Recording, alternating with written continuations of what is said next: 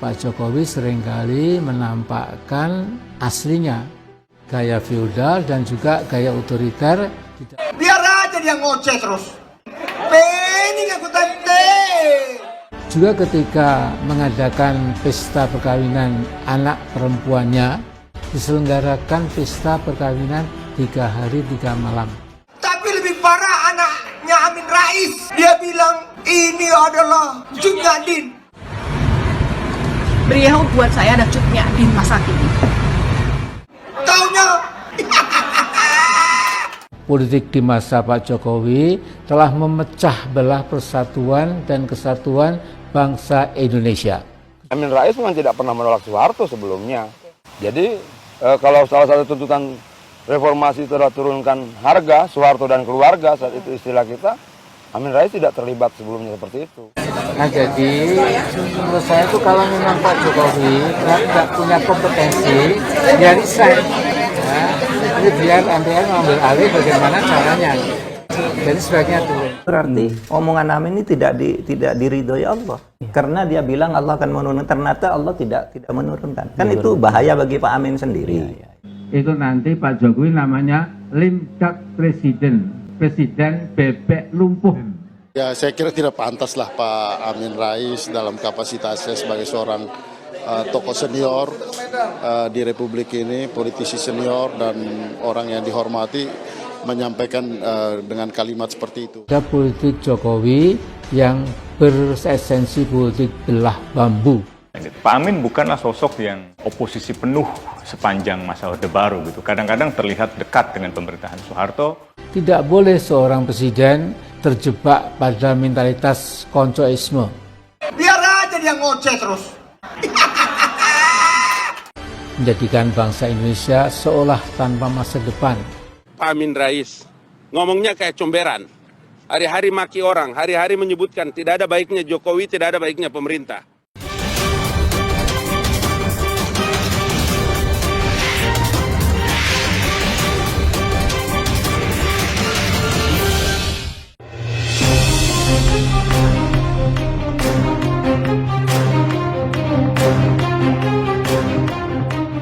Tidak berlebihan kiranya apa yang diungkapkan oleh tenaga ahli utama KSP Ali Mokhtar Ngabalin.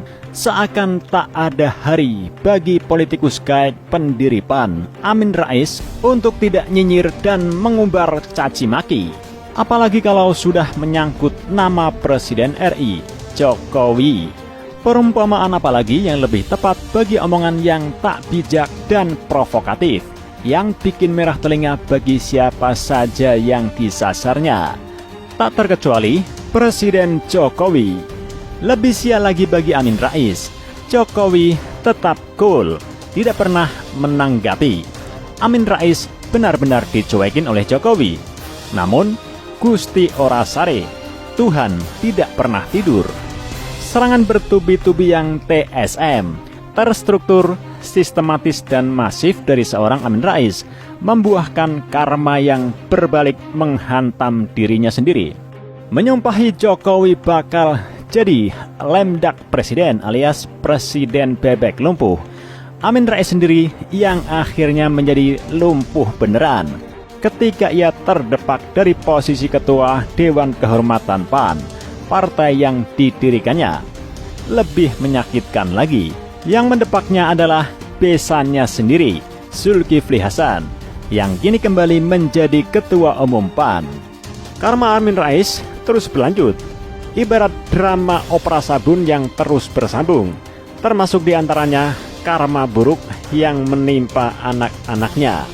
Masih ingat putrinya, Hanum Rais, yang berlagak lebih tahu dari dokter bedah plastik dalam kasus hoax Ratna Sarumpait.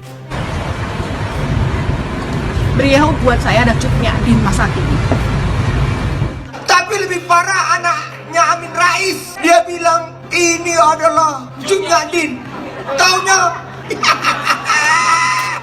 Dan yang teranyar, kasus Mumtaz Rais yang sok-sokan ngamuk-ngamuk di pesawat gara-gara main ponsel. Tak peduli yang dihadapi adalah pimpinan KPK. Ia maki-maki seenak hati sampai berujung pelaporan ke polisi. Amin Rais menuding Jokowi otoriter tanpa menyadari bahwa tingkah anaknya di insiden pesawat itu adalah contoh nyata dari sikap otoriter itu sendiri. Ini fakta, bukan sekadar kata-kata. Anak-anak adalah cerminan orang tuanya. Dan di sisi lain, anak-anak Presiden Jokowi yang down to earth, tidak sombong, hormat dan sopan kepada semua orang, mencerminkan kedua orang tuanya.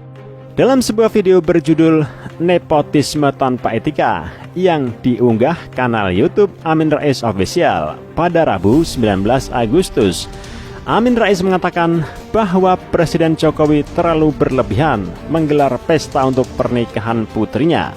Padahal justru jadi membuat Amin Rais makin terlihat kerdil di depan publik. Isinya adalah serangkaian sindiran dan tudingan dengan mengungkit soal pesta pernikahan Kahiyang Ayu. Juga ketika mengadakan pesta perkawinan anak perempuannya, diselenggarakan pesta perkawinan 3 hari 3 malam. Aturan Menpan dan reformasi birokrasi yang berisi larangan menggelar resepsi pernikahan secara mewah dan yang diundang tidak boleh melampaui 400 orang itu dilanggar dengan tenang dan nampak seperti tidak ada apa-apa karena aturan itu nampaknya tidak berlaku bagi Bapak Presiden. Pasti mewah, yang pasti menghabiskan uang miliaran dan sumbangan dari pengusaha dengan cara yang tidak terdeteksi oleh KPK merupakan teladan yang sungguh buruk dari Jokowi. Dia lupa asal-usul, saya kira. Lanjut Amin Rais. Pesta mewah yang pasti menghabiskan uang miliaran dan sumbangan dari para pengusaha dengan cara yang tidak terdeteksi oleh KPK merupakan keteladanan yang sungguh buruk dari Pak Jokowi. Selain itu, Amin Rais juga menyindir kirap yang digelar pasca terpilihnya Jokowi menjadi Presiden RI pada bulan Oktober 2018. Jokowi membuat kejutan ketika usai dilantik jadi presiden pada 20 Oktober tahun 2014. Dia melakukan kirap dengan mengendarai kereta kencana dari Bundaran HI menuju istana. Ribuan pendukungnya mengelu-elukan sepanjang jalan. Kereta kencana tentu berbau sok keraton dan sok kerajaan. Apakah Amin Rais pura-pura buta dan pura-pura tuli soal resepsi pernikahan putri Jokowi, Kahiyang Ayu? Pada tahun 2017, ketika resepsi berlangsung, sudah diterangkan dengan jelas oleh Yudi Krisnandi, mantan Menteri Pendayagunaan Aparatur Negara dan Reformasi Birokrasi periode 2014-2016, bahwa Presiden Jokowi tidak melanggar aturan. Bahkan, Yudi meminta agar hal itu jangan dijadikan sebagai komoditas politik. Ya, seperti yang dilakukan oleh Amin Rais lewat videonya ini. Kenapa? Karena aturan pembatasan undangan dan kehadiran tamu hanya berlaku jika diselenggarakan di hotel atau gedung umum yang dapat menimbulkan perasaan ketidakadilan di masyarakat. Sementara resepsi Kahiyang dilakukan di gedung milik sendiri, di mana warga sekitar bahkan seluruh masyarakat Solo diperkenankan hadir. Jadi, semua yang dilontarkan oleh Amin Rais adalah omong kosong belaka, karena dia mungkin tidak pernah bercermin. Anak siapa yang resepsi pernikahannya pada tanggal 5 Maret 2017 digelar di sebuah hotel di Yogyakarta dengan sangat mewah dan eksklusif? Masih ingat dengan sosok Salmadina Aquila? Kisah cintanya dengan putra Amin Rais, Baihaqi, sempat viral dan ramai menjadi perbincangan pada tahun 2017 silam. Kala itu, wanita alumni Fakultas Hukum UGM ini bercerita bahwa dia rela menerima lamaran Haki, putra Amin Rais. Padahal saat itu Salmadina masih menjalin hubungan dengan kekasihnya, Sena Indiarto Raja Saputra, pria yang sudah bersamanya selama 6 tahun. Menjadi perbincangan hangat di dunia maya, Selma pun akhirnya menikah dengan Haki pada Maret 2017. Lalu, Anak siapa juga yang resepsi pernikahannya digelar besar-besaran di Hall D Pekan Raya Jakarta, Kemayoran pada 9 Oktober 2011. Saat prosesi ijab kabul dilakukan di acara pernikahan Mumtaz Rais dengan Putri Zulya Safitri, Putri Menteri Kehutanan yang kini kembali menjadi ketumpan Zulkifli Hasan.